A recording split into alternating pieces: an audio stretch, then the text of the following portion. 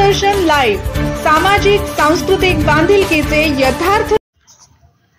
त्रिपुरा राज्यातील अभ्यास दौऱ्यासाठी ग्रामसेविका कल्पना गवळी यांची निवड।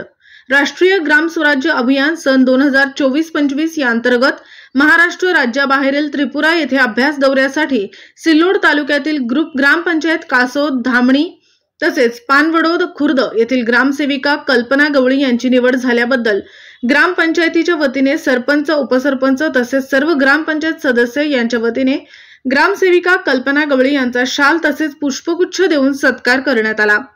30 डिसेंबर ते 3 जानेवारी 2025 पर्यंत हा अभ्यास दौरा असणार आहे। यात छत्रपती संभाजीनगर जिल्ह्यातून 12 जणांचा समावेश असून यात 7 महिला सरपंच यांचा सहभाग आहे। गावदर्शन लाईव्ह प्रतिनिधी गणेश शेळके, छत्रपती संभाजीनगर।